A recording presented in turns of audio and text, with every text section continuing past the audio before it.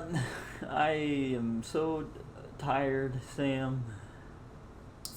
It's like somebody has killed me, but I've come back to life inexplicably, and now I'm seeing my ward again for the first time. That bad, huh? Yeah. Yeah, real tired. Jeez. I'm sorry to hear that, John. Do you think you have enough energy to maybe do an episode of our book club? I think so. I think just enough, and then after that I'll keel over and die. Okay, sounds good. Hey guys, welcome to Sam and John's book club. We're Oathbringer now. Hot dog. Yep. The end of part 1 today. That's right.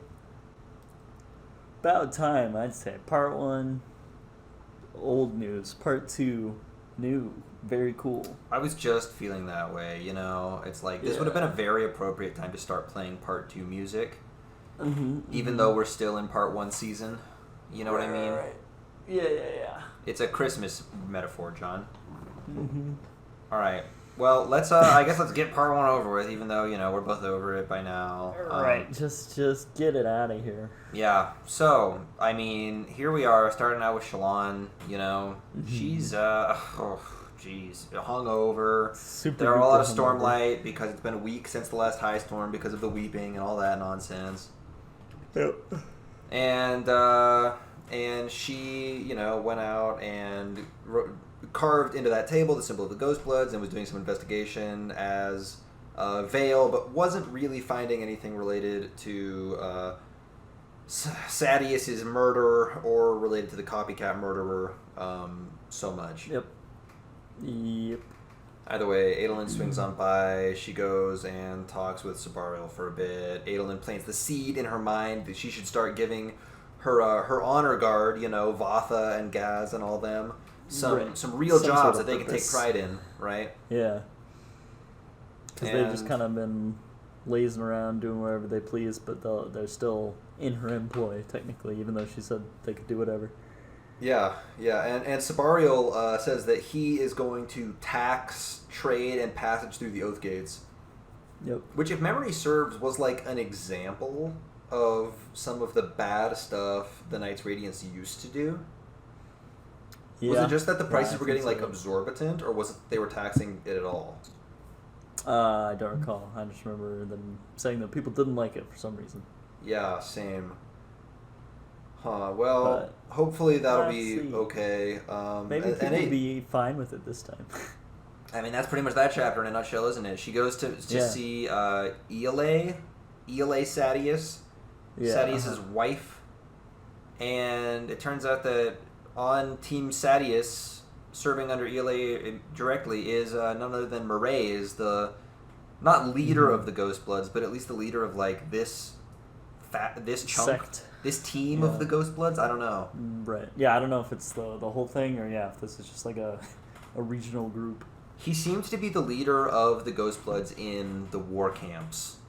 Right. So now I suspect that he's also the leader of the Ghost Bloods within Urithiru. Yeah. And so he's not exactly working for. How do you say her name? Iole is how the. Iole? Okay. That's how Kate Redding pronounces it. Okay, this is one of the weird moments where I'm reading and it's just like, oh, that person, and like the name doesn't I don't say it in my mind at all. Oh, sure. Yeah. But anyway, he's not technically working for her. He's just like kind of scoping the place out. He's kind of like undercover almost. Maraise, well, I mean, he is working for her, but But not. It might be as a sneaky spy. You know, Right. he's certainly using a false accent and all that. Yeah. He's using a disguise. Yeah. So, I mean, geez. The reason they're going to meet with Iole in the first place is to discuss the whole fact that, you know, Dalinar might have orchestrated Sadius's murder. But we managed to sort of get past that pretty early in the discussion. But actually, before that, John, I want to talk to you really quick about a tweet earlier today. I wanted to start with this, but I forgot. Okay. Brandon Sanderson did a little tweety poo. You know about tweets, John? Yeah, They're like internet things. Yeah. I follow Brandon Sanderson. I'm surprised I didn't see this one. Well, he said that there is definitely a kind of in-between book between Oathbringer and Rhythm of War, just like, you know, Edge Dancer was for Words of Radiance and Oathbringer. Yeah. And that actually it's like done. Oh. And it will be coming out before Rhythm of War, which makes perfect sense. Right, yeah. Its release date is going to be sometime in October. Okay. Very soon, right? Yeah. Which means that suddenly the fact that we have 2 weeks between the end of this book and the start of the next one seems pretty convenient. Yeah. Maybe all planned. Maybe I knew this would happen from the start, and I'm playing. Right. I'm like 5 steps ahead of the game. I Who mean, knows? assuming it's like Edge Dancer, we could probably knock it out in one episode. So we'll still have a week to kind of regroup. But yeah, that sounds good. So we will have that to fill some time coming up here, and that's great. Brandon Sanderson must be. Well, I mean, we already knew he was a big fan of our podcast. Yeah. So clearly he was watching it. He saw that we were going to have some downtime, and he was like, "Oh, I got to fill that." So thank you, Brandon Sanderson, for watching out for us there. Yeah, we appreciate it. Yeah. Okay, so they're in there talking to Ela. Adolin just like immediately lays down the law about this, right? Yeah. He's like, oh, sorry. Are we gonna pretend that my dad might have had Sadeas killed, or are we gonna stop being idiots, right? Yeah. And he's like, geez, Adolin, yeah, all right. No, I mean, tell it how it is. And Ela, she's like, yeah, no, I guess you're right. She's like, yeah, we'll stop being idiots. Okay. Yeah. Just kind of calls it good. Shallan and Mraize kind of have a little chat off to the side. Yeah, they're having like a meeting secretly. And Mraize is like, so I have a mission. She's like, you think I still work for you? What's the deal? And he's like, well, I mean, you certainly carved our symbol the other day, didn't you? And she was like, oh, you heard about that? Ah, jeez, yeah. And he was like, no, it's fine, but it's something you already want to do. This whole place feels weird to you, right? Something's weird? And she's like, yeah, something's weird. He's like, fix that. And if you do, I'll tell you about your dead brother. And she's like, fine, okay. Yeah. Yeah. Also, it's revealed at this point that Amaram is back already, Mm-hmm. And he's on Team Sadeas now. He's Sadeas, isn't he?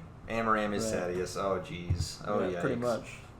Because, I mean, Dalinar was like, yep, we're going to put him in prison as soon as we can, but putting somebody in prison with a shard blade, no good doing that. We got to wait till this whole thing's over. Yeah. And in the meantime, he found somebody that is happy to ally with him, of course. So yep. That's a bummer. So, yeah, Ela has given Amaram all the power of House Sadeas, right? I mean, he was already, like, a part of that faction to begin with. He was pretty high up, yeah. But now he's, like, the number one, so, oh, jeez. Oh, heck. It looks like that problem has not in fact, been dealt with.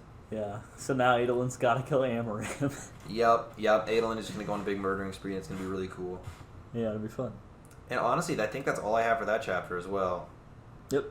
I think I'm going to kind of speed through a lot of these, to be honest. Yeah, some of them are pretty unimpactful. Another example of one I'll be speeding through is this next one. Yep. Yeah, so Adolin is still hanging out with the Parchman, and that is all I think I have to say about that. Kaladin is, yes. Yes. Obviously, Kaladin, John. Jeez. Wow, I'm embarrassed that I corrected you, frankly. Okay, anyway. I cannot remember a single, very important thing that happens there. Yeah, he's still teaching them stuff and helping them, and that is cool. Right, he's he is forming a dangerously strong bond. Yes, yeah, we'll see how that ends up. Yeah. Okay, next up. Oh boy. Dalinar is hanging out waiting for the arrival of none other than Taravangian. Oh boy. Hot dog. Earlier we said he was going to arrive in Urithiru, and now he has. He's here. Hot dog. Yep. What's that? Dalinar hasn't even been murdered yet. Yep. Which is great, by the way. Really loving that. Yeah, I'm here for it. So yeah, Taravangian shows up, and he's got his Radiant Malata, who is a dust bringer, I guess. Yeah. Also, no I think that idea this is where he's talking to Navani about memories of his of his dead wife, right? Oh yeah, I think so. And he is saying that he actually doesn't remember his deal with the Night Watcher. Yeah. He asks for the Night Watcher to take the pain away. Mm. And he thought that losing the memories of his wife must have been his curse, right? Right. But maybe that was his boon. Maybe that's how the pain was taken away. Yeah. Or maybe the pain being taken away was interpreted too literally, and it applied to like physical pain as well, which is why his shoulder. So we spread all those wounds from the past. Remember? Yeah, that would make sense. Yeah, I don't know. So it's weird. I've been going through all of this assuming that Dalinar knows exactly what his boon and curse were. Right. Yeah. Same. But now he seems less sure. Yeah. Well, then it seems a little silly to go to the Night Watcher with such a vague request. Well, this would have been in that period of his life when he was a mega drunkard, right? Yeah. This would have been. I mean, he probably went to the Night Watcher shortly after his brother was killed, right? Shortly after Gavilar's death. Probably, yeah. Yeah, he decided to reform. I mean, because like that's the weird thing about all these flashbacks he's had too, is that he seems like so drastically different. That all of the changes he's had, like it seems like too short a time for him to 180 his whole character, you know. So maybe it has something to do with that. Gizo Mundo. Either way, I think that he may have not been fully, in control of his faculties when he did go to make this deal. I think that Navani comments on something like that, how like the Night Watcher was almost taking advantage of him somehow. Oh, yeah, I think I do kind of recall that. Yeah, either way. So Taravangian shows up with Adrotagia. This is a bad day for Taravangian, which means he's a big idiot. Yeah, this is a dumb day. And he brings along a new Knight Radiant, the one who opened the Oath Gate over in... Did they travel here from Kharbranth, or did they come from Yakaved? I think they came from Yakaved, because I think more people come from Yakaved later. Okay, sure. So yeah, they opened the Oath Gate from Yakaved. He brought his Dustbringer, or Releaser, because they don't like to be called Dustbringers, which we've actually heard about before. Did we? Just like... It was like some character talking, or it was like an excerpt from Words of Radiance or something. Oh, okay. Do you remember? No. Yeah, this was briefly mentioned in the past. Okay. And this new Dustbringer is called Malata, and she is a Yakavedian through and through, and she talks to, Shallan later in her native tongue and all that, so that's cool. Yep. Don't know what her powers are, but it's implied that she wants to break stuff. Yeah, she gonna break some stuff. Which, Dustbringer, I guess, kind of makes sense.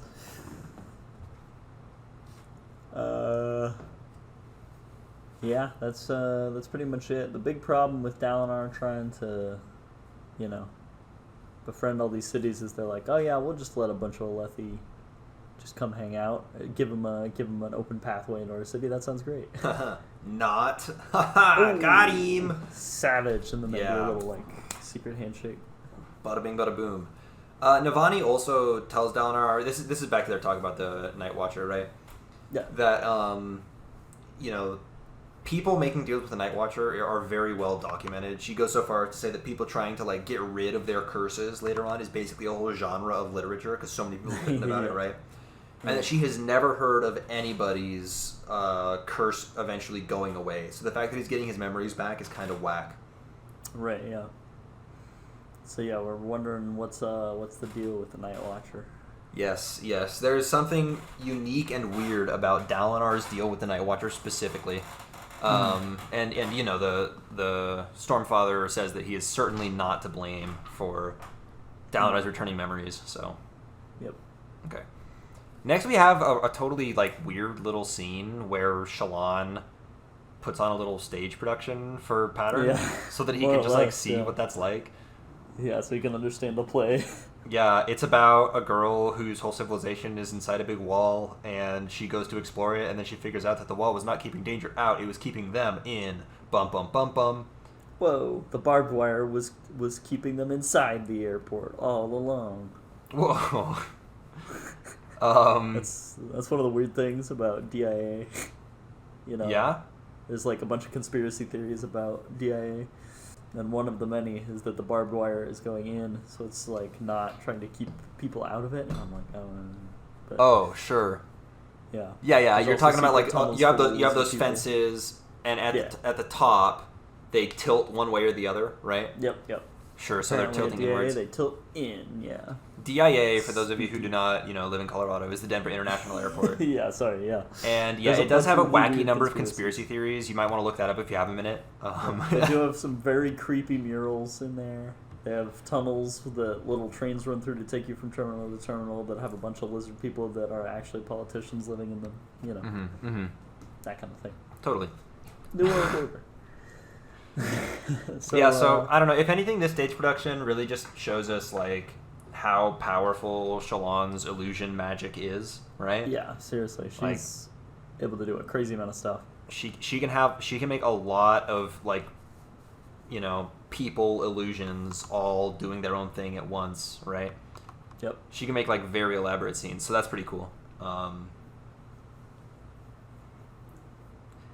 There is a mysterious spectator in her show, which is like some spooky thing that runs away, and then it stabs Rock through the hand. Mm-hmm. Yeah. And at this point, Shallan puts together that this copycat murderer is not actually just a copycat murderer. It's actually like a copycat violence inflictor, and it's randomly chosen victims for the copycat crimes are not randomly chosen. They all look like the people who were the victims of the original crimes.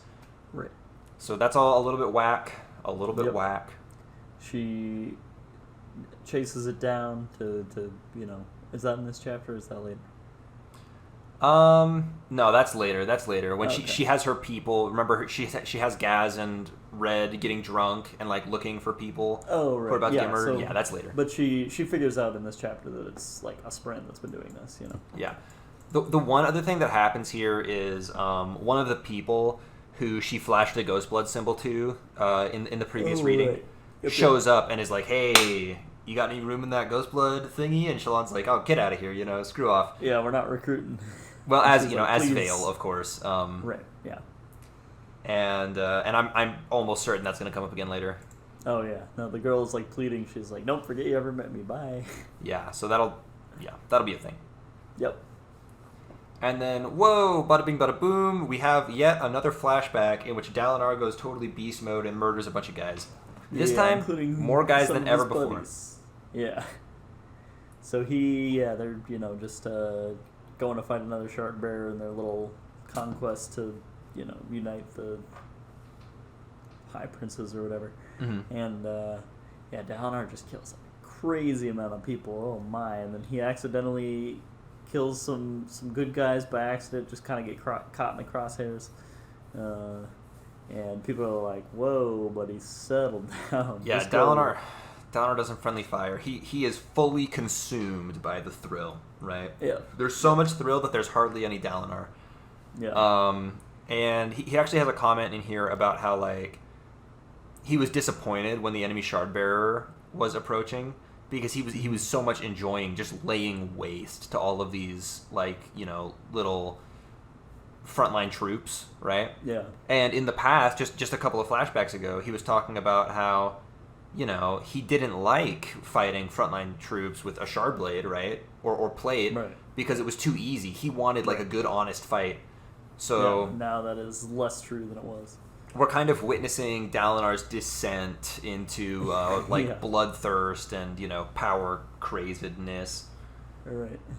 So he finds the shard blade, or the shard bearer he's supposed to fight, and it's not quite a fair fight, so he runs up to the top of this big rock to introduce some randomness into it.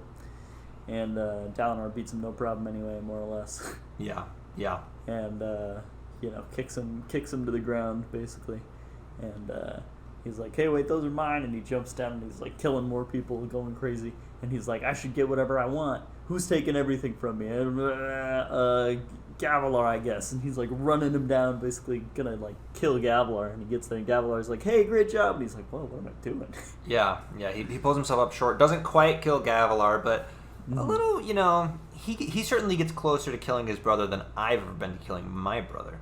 Same, so, yeah. I've never wanted to kill your brother. I've never wanted to kill my brother. I don't have a brother. But, John, I think of you as a brother, and I've almost never tried to kill you. Yeah, I've only wanted to kill you a smattering of times. Yeah, just like, definitely less than 250. Right. But probably more than 230. Yeah. Somewhere in that ballpark. Okay. So, so at this point, I think this was, you know, this kind of shook Dalinar awake a little bit. He was like, "Whoa, holy moly! I need to, you know, I have a problem. Pull in the reins a smidge and sort of sort things out." So we will see how that manifests in future flashbacks. see how he deals with the thrill going forward. Mm-hmm. In the next one, yeah, Shallan is at a meeting. She's showing a map to Dalinar and his folks because that's like her purpose, I guess. And this is where Mulata strolls over, and they have their little conversation in Yakavedian. I don't know what's their language called. Yeah, it starts with a T, I think. It's like Tavash or something. Anyway. Apparently, Malata's spren is called Spark, and Shallan can't see it. I don't know if that's relevant. At one point, Dalinar did muse that Mulata might just have another Honor Blade, right? She might not be a Night Radiant. Yep. So I guess we'll see. We don't know one way or the other at this point. Right. But the fact that she knows about Spren and having names, and she's acting like a Spren is talking to her, makes me think she probably is legitimately she's probably a Night Radiant. Good old reading it, yeah. Yeah. And so, she just has this weird moment where she's like, hey, we're both from Yakaved, these crazy Alethi, am I right? And Shallan's like, sure. This is where Ile walks in and officially announces that Amaram is going to be the new High Prince Sadeas. Yep. So that faction is still a problem. Also, this is where Adolin afterwards talks to Shallan off to the side, and Shallan, Adolin's like, oh, I hate that guy. And Shallan's like, me too, he killed my brother. And Adolin's like, whoa, he did? Yeah. And Shallan's like, yeah, that's where he got his shard blade. And Adolin's like, no, he got that from Kaladin. And oh, no! Now Shallan knows that Kaladin killed Helleran. Well, thank goodness. Put a stop to that love triangle. Yeah, seriously. The thing is, this is always the problem with keeping secrets, right? Because surely it's not good that she knows it all, right? For her relationship with Kaladin, right? Right. But it would have been better if he had been the one to tell her, Right. And we know that during their exchanging of secrets when they were hanging out in the chasms during the high storm, Kaladin more or less had an opportunity. He was like, oh, I guess I'm the one that killed her brother. But she, he knew that she hadn't put that together. He was like, well, yeah, she doesn't know won't hurt her. It came up. It 100% came up. Right. He had his opportunity. It's not written. Shallan isn't angry at Kaladin via narration here, right? Right. But I am nervous about their next meeting and how that's going to go. Yeah, we'll see how that pans out. I would like it if all of the main characters I like would get along, but I'm not. I'm just not sure it's destined to be. Yeah, so I hate when somebody's telling a story and they introduce conflict, Seriously, why do they gotta keep doing that? That's the worst. Also, Shallan is looking through her sketchbook and she finds a bunch of weird, almost disturbing drawings that she does not remember drawing. Yeah, just weird spirals into nothingness and random lines jutting out from weird points. Just stuff she doesn't remember doing. So we are gonna have to figure out what that's about. Oh jeez. Yeah. Oh heck. Oh no. Yeah. Oh boy. That's pretty much it. Yeah. Dalinar is now having a nice little political chapter where at first he's angry because the Azish aren't cooperating, and then he's angry because what's that queen's name? Fen. Fen. Fen isn't cooperating either. And holy moly, Dalinar does bind a chair to a wall, just like Kaladin was doing with rocks down in the chasms way back when.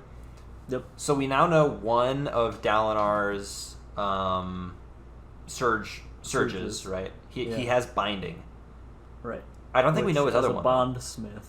That makes sense. But he is a bondsmith. He does have binding, and then he has one more. But I don't think we know what it is, right? Yeah, I don't think it's come up. Oh well. Yeah, we'll figure out later. Mm-hmm.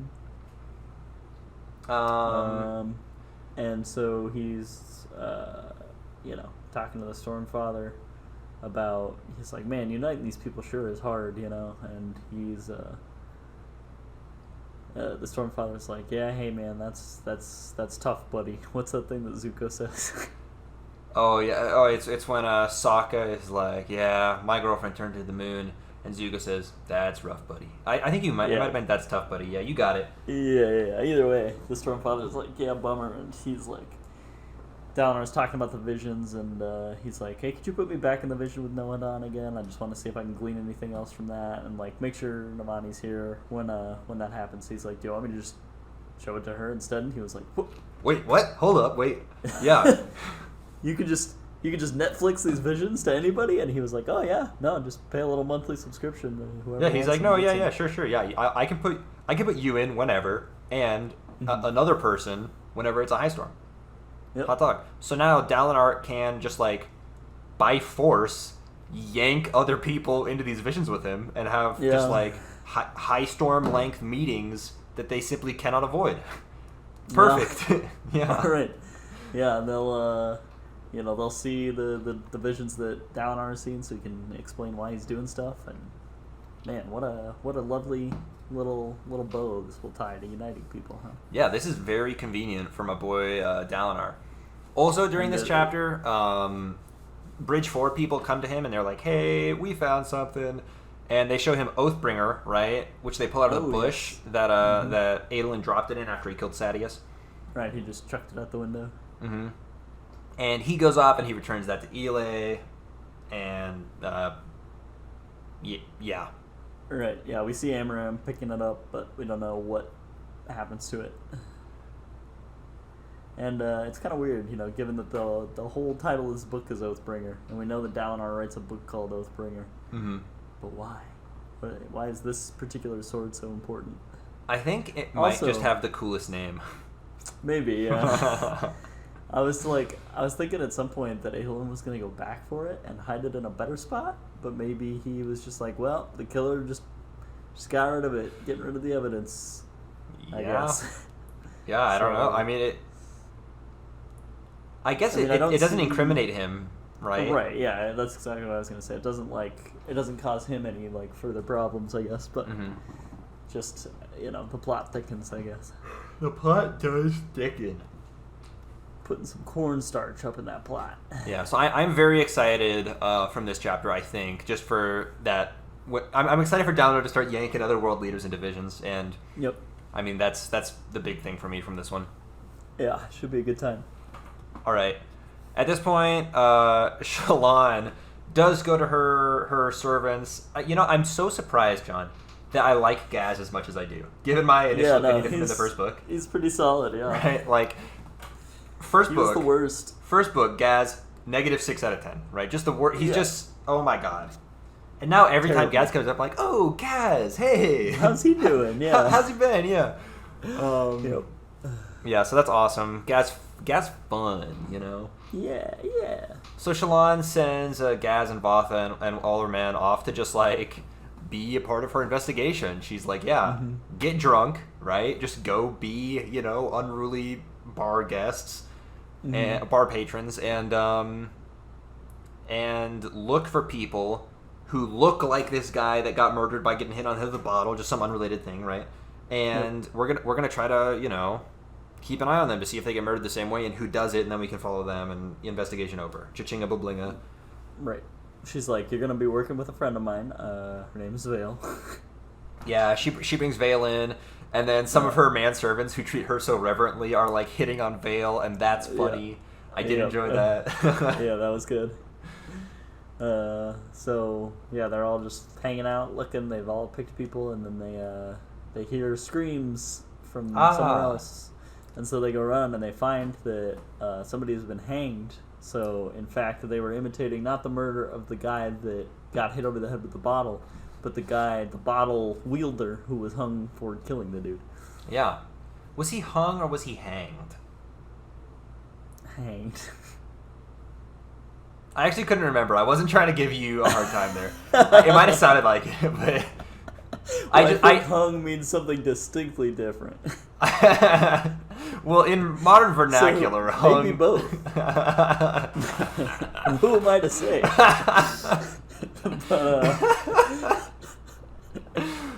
So this hung guy gets hanged. Yeah. All right, man. Hell yeah, brother. And so they see the Spren and the cloak running away, and they chase it down. Yep. It goes into this secret room, more or less, that has a door that's been boarded up on one side, so people don't even know it's there.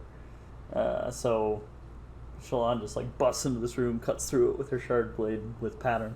Yep. And then they see this dark staircase. They're like, well, it must be down there.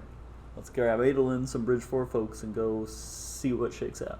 Yep, and so they do. They grab some Bridge 4 folks. Adolin shows up, and bada bing, bada bang.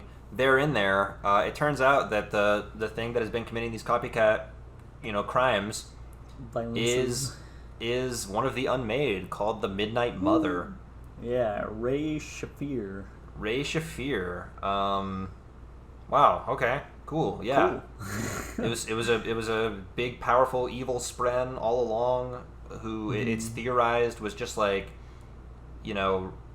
originally all about violence and murder, but over time it became curious about the people it was doing violence and murder on. Mm-hmm. So it started copying them to like learn more about them or something like that. Yeah. And so it makes these creepy shadow people that aren't perfect representations of the people it's trying to mimic, which sounds very creepy and disturbing. Yeah. But yeah, it's just like this big tar monster thing. Shallan says she gets the feeling that if the Midnight Mother wanted to, it could just like big wave of tar all up over everyone and just kill them. Mm-hmm. But because it's trying to learn about them, it's fighting them with spears instead and like having a good old-fashioned duel. Yeah.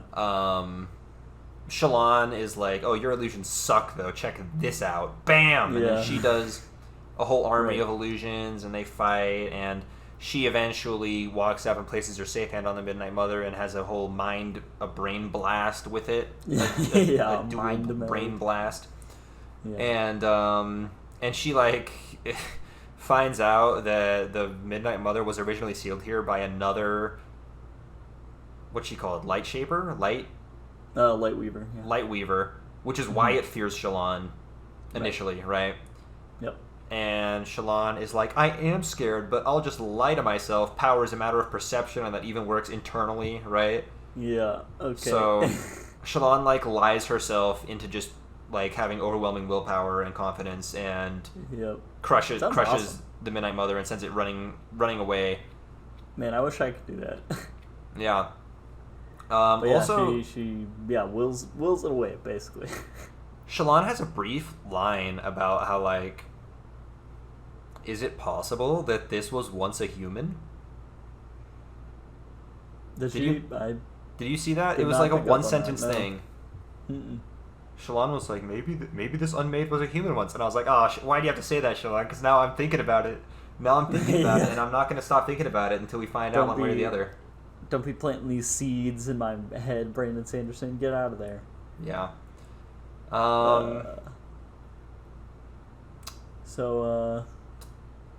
That's the darkness that's been making your theory feel all weird, isn't it? Because the whole point of the thing was to just kind of sow chaos in general. Yep, and the copycat murders are going to be no more, so problem solved. And Mraize is probably going to be like, hey, good job, let me tell you about Halloran. Yeah. And please tell me about Halloran. Why did he try to kill Amaram? What did he know? Mraize also said that he would give her other brothers, right? Mm-hmm. Yeah. So they've got to show up sooner or later here. Yeah, you'd think. Wonder how they're doing. Probably not great. The room they fought the Midnight Mother in was like through some doors that had depictions of honor and the nature one. What's the nature one called? Cultivation, thank you. Yeah. As well as the 10 Spren that create that bond with Knights Radiant, right? Yep. In this room, after they got the Midnight Mother to flee, it revealed that it was kind of hiding around and hiding within itself this big pillar that just has a massive wealth of gems, like what do you call it? Embedded in it. Sure. Yeah. Embedded's a fine word. Whatever. Right, yeah, that works. And that's a whole deal. So they're gonna have to guard this room and probably keep it a secret and whatnot, so that people don't come steal stuff, I guess. Yeah, it's like a weird. It seems like a radiant underground church sort of thing, kind of. Yeah, this room is. This has got to be a very significant room, right? Yeah, right. So that's gonna be cool. What the deal is, yeah. Yeah, this whole little arc, just like, there's something, you have to chase it, and then you do a boss fight, and then you unlock some cool room afterwards. It felt very much like a video game to me. It was like, it kind of felt sort of like Kingdom Heartsy to me. Yeah. the whole sequence. Yeah. Yeah, especially because the enemy was all just like shadow monsters. Right, yeah, and then it's in like this cool, like, because I don't know, Kingdom Hearts, especially the end game stuff, has like a very, I don't know, sort of like mix of Art Deco sort of stained glass feel, and that's exactly what this room looked like in my mind. Oh, So sure. it was like 100% that style. Yeah. Yeah. So yeah, that was fun. All right, moving onwards. Kaladin is hanging out with the Parshmen some more, and he reaches a city that they have conquered, and where a huge number of these Parshmen, like 40 or 50,000, have congregated. Yep. There are some Parshmen here called the Fused, who are like full-fledged Voidbringers, red eyes, bonded with a Void Spren, you know. And that's spooky. That's pretty spooky. Yep. That's no good. And so the Parshmen, they're like, yep, this is our buddy. Don't make him a slave. He wants to help out. And the Void Spren's talking to the Parshmen. She's like, oh yeah, no, I think this is a good idea. And Kaladin's like, well, you know, I help these guys. You know, mission accomplished. I've seen enough here. So, see you nerds, haha. And then he fucking... And then he flies out of there. flies out of there, yeah. And I mean, he decides to like come back down to help people who are gonna. Sorry, John. What? Yeah, a storm's approaching. A storm's approaching. And there are a bunch of human slaves that are gonna get hit. He decides to come back down to like help people who are threatened by the high storm. Mm. But that whole little sequence of him like coming down and then leaving again, like didn't really mean anything. Like the end result was the same. If he had just left immediately, or if he had gone back down and left him and afterwards. Right. Like, he saved like what, 4 people maybe. Well, I mean, I'm sure he saved a bunch of people, but I mean, the only significant thing that he does is like he makes a little pocket within the storm, which is not a thing we knew he could do. Oh, sure. So, he's able to like deflect the high storm itself, the storm winds. Right. Yeah. Which is pretty cool. That might be important. Who knows? Yeah. He has a conversation with Syl about how like, well, you know, what is right, what is wrong. It's all just a matter of perception. It's all about what you think. And she's like, it's about what we think. And he's like, well, weak. Yeah. So he's saying, you know, wouldn't it be nice if there were just like a clear moral compass that I could follow? And she's like, yeah, that would be cool. Alas, right? Yeah. And I don't know. Yeah. So we basically, he's like, I feel some sort of kinship towards these like non-Voidbringer Parshmen. I don't know how I'm going to deal with that once, you know, we have to try to kill him again. We'll just have to figure that out at some point. Yeah, well, I suspect that Kaladin is going to get back now, and he's going to, you know, he's going to say, like, all right, I have a bunch of information about the Parchment army, you know, yada yada, and they're going to be like, okay, let's go attack, and he's going to be like, well, no, wait, no, right? We can't. Yeah. Let's, maybe we don't attack. Maybe we try to find another way. All right. That's what I suspect he's going to go for. Because it seems like these Parshendi that are, like, just chilling are still like taking orders from these Void Spren, but they're more like the Parshendi before they took Stormform. Really, I mean, they seem pretty reasonable, normal people. Yeah, Parshendi are just people. Yeah. Parshendi are people too. Unless they're red eyes, then they're actually evil demons. Yeah. Yeah, then they're terrible. Yeah, bad people. Okay. And I mean that pretty much brings us right up to the end already, doesn't it? Yep. Yeah, and that's the end of the part. No more important things happen. Well, one more, John. Actually, 2 more, because there's something from earlier that I wanted to talk about, but we missed it. We passed over it at some point. Sure. Well, let's start with that. Okay. So at one point, Dalinar was frustrated, and he went to sit down in a room, and guess who else was there? It was Taravangian. Yes. And they had a nice little talk about an allegory from The Way of Kings, right? Yep. Not the Brandon Sanderson book, but the book within the book. The Nohadan book. Yeah. And in this book, right, the problem that's presented is that a man, just before he dies, right, says that he was attacked by 3 other, like, swine herders or something, right? However, there were 4 other swine herders. Bum, bum, bum, bum. Right. So one of them is innocent. One of them is innocent. 3 of them are killers who may kill again for all we know. Yep. And within this allegory, there is no way of knowing, right? which one is innocent and which ones are killers, right? Questioning has come up with nothing. No investigation has managed to narrow it down at all. Yeah. So this is kind of like a philosophy thought question almost. Yeah. Thought problem. So And, you have this question, like, what do you do, right? As the person who is responsible for doling out punishment and justice. Right. And what do you do, John? Oh man, I don't know. I was trying to think about it, and the whole like throwing all 4 of them in prison, that seemed kind of good, but they were really hitting on like, well, that's not committing, you know. Yeah. And I was like, yeah, but it doesn't seem that bad of an option. Yeah. But it's, for a fact you're like imprisoning an innocent person. Yeah. Which is... Yeah, you are guaranteed imprisoning an innocent person, probably for life. In this scenario, it sounded like it was prison for life. Yeah, more or less. We get a real clear picture of Taravangian's whole ends justify the means, because he says literally that exactly. Well, he says that it is a king's duty, right? Right. To do more good than bad. Right. So in this case, if he's locking up 3 evil dudes and only 1 good dude, mathematically that's more good than bad. He probably would have done 2 and 1 even instead of 3 and 1, right? Right. Yeah. Because it's a little bit more, I'm sure this was a different day because Taravangian seems more present. Not, still not super smart or anything, but yeah, I suspect it was a different day as well. Yeah, just a slightly better day. And Dalinar was like, oh yeah, there's still some of the old Taravangian in there, because obviously he doesn't know about his whole brain sickness deal. Yeah. So yeah, that's happening, and Dalinar's like, maybe I would just let them all go, honestly. Yeah, because how could you lock up an innocent man, right? Yeah, but then Taravangian's like, well, where do you draw the line? If there's 100, 1,000, like at some point you're gonna have to lock somebody up, Yeah. And so yeah, they have this whole little moral struggle. What would you do, Sam? Well, that's a difficult question. And Taravangian makes the point at the end, it's a matter of thresholds, right? Yeah.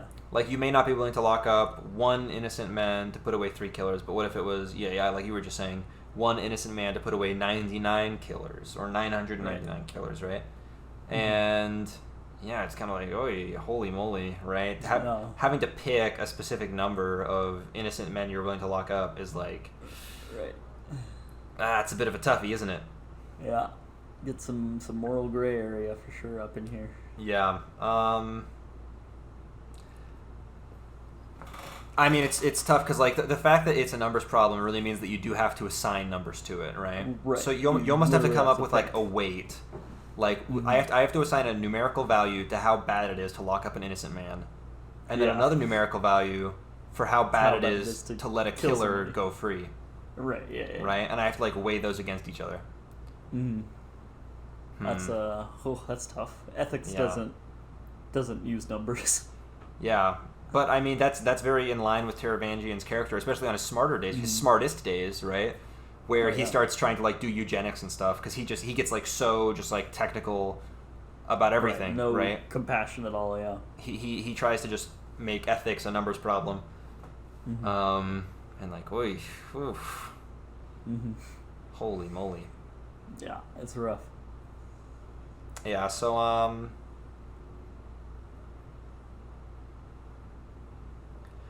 I'd probably lock them all up. Yeah, I think that's a pretty sensible solution. Yeah, if better it were than me, killing, better than freeing. Even if Taravangian told me I wasn't committing, I'd be like, well, screw you, buddy. Like, I'm not. Yeah, well. Yeah, like because I'm certainly locking up 1 innocent man, but actually maybe I'd have to look at statistics first for how likely killers who get away with it are likely to kill again or something like that. Oh, sure. Because the assumption I'm making here is that if I let them all go free, across those 3 people, they will kill at least 1 other innocent person, right? Yeah, you gotta introduce that just to keep the conflict of it all consistent. Because if they will kill across the 3 of them at least 1 other innocent person, I would rather lock up 1 innocent person now to avoid another innocent person getting killed later, or maybe more, right? Yeah.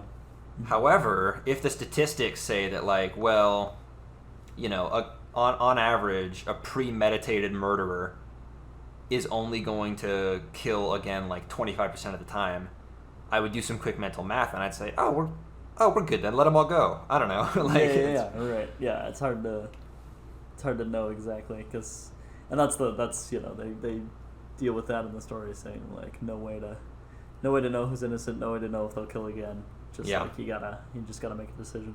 The problem is that when it becomes a numbers problem, now I want to know all the numbers, right? I want to bring in like all these factors, more data to make it work. Yeah. Well, oh well. Yeah, but that's a fun little discussion. Okay. There's a cat. Well, hey, let's discuss the end of this now. The very last chapter, in which I think we basically just figure out that Yasna is there. Yep, she's made it. Bada bing, bada boom. Yasna and Kaladin have both arrived back in Urithiru. Yep. And that's gonna be part 2, baby. Yeah, that's spooktacular coming up. So far, the only character we've seen Yasna interact with outside of flashbacks, right, have been Taravangian and Shallan. Yep. And like Cab-Sol and, other characters that I don't think are going to come up again. Right, yeah. But so it'll be fun to see her with all the other characters. Yeah, I really like, in a story with so many strong characters, just seeing characters have like little one-on-one scenes. I really enjoy that. Right, and I think at this point I'm over the fact that Yasna being alive again is lame. So I'm just excited to like see her character back in the story, because she is a cool character. Yeah, well, I mean, she's going to be an incredibly powerful Knight Radiant, right? So chances are she's going to make stuff happen. She's going to progress, the story as well as like humanity. Yeah, I'm interested to see like what her relationship will be like with Shallan now that Shallan is like literally a completely different person from the last time they were hanging out. That is going to be Shallan very interesting. is now a big shot.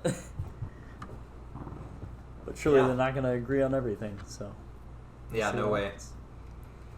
It's actually kind of crazy that given that Shallan thought Yasna was dead for so long, she still hasn't experimented any further with soul casting. Yeah, she just was like, well, I don't need that. Like, you'd think that if I were Shallan, I imagine I would think like, okay, I have to learn to use this eventually, right?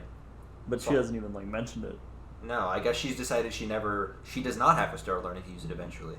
Right. Light weaving or bust. Yeah. Also, John, can we talk about how Brandon Sanderson is basically making this a porno with how much he talks about safe hands? Oh my gosh. Holy moly. Oh, Brandon Sanderson. I'm getting all hot and bothered every time. Yeah, I'm like sweating every time I read about a safe hand. Right. I'm like out in my everyday life looking at all these ladies walking around with their left hand exposed, and I'm like, what a bunch of whores. Yeah. Just walking around disgusted in grocery stores. Yeah. All right. Well, I mean, hey, I'm just about all to set everything's.